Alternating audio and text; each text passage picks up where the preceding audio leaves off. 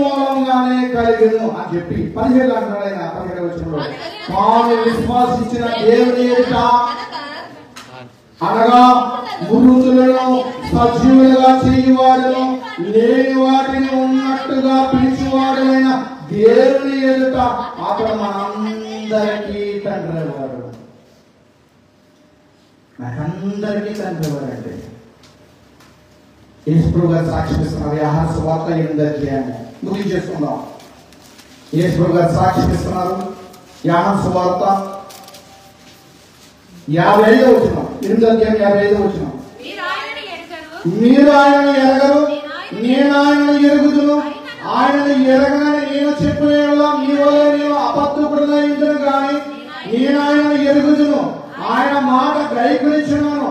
మీ తండ్రైన అబ్రాహాము నా దినము చూతునని మీరు ఆనందించను, అది చూసి సంతోషించను అని నన్ను యేసు సాక్షిస్తున్నారు. ఎవరి కోసమో? అబ్రహాం గారి కోసం. మరి నీ సాక్ష్యం ఎలా ఉంది? భక్తుల సాక్ష్యం గురించి అన్నావు. దీన్ని బట్టి నువ్వు నేర్చుకోవచ్చిన వాక్యం ఏంటి? పునరుద్ధారణకు యేసు ప్రభువును ధరించుకుని సజీవుడిగా కూర్చుని ఉన్నావా? కూర్చోలేదా? నువ్వు పరీక్షించుకోవాలి. నువ్వు సజీవుడువా? వెళ్ళిపోక ముందు ఇదిగో ప్రభా నేను సజీవుడిని, నేను తెలుసుకున్నాను. అబ్రహాం గారి గురించి తెలుసుకున్నాను, ఇస్సాకు గురించి తెలుసుకున్నాను, యాకోబు గురించి తెలుసుకున్నాను. నేను సజీవునయ్యా, ఈ సన్నిధిలో నేను సజీవుగా లేపబడాలి.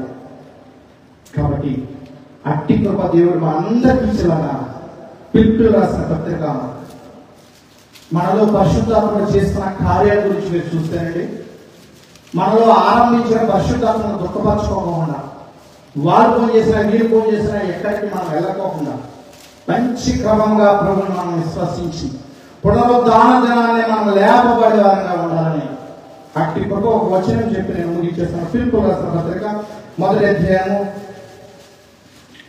పిలుపులు రాసిన పత్రిక 1వ అధ్యాయము 3వ ఆలోచన చూడండి.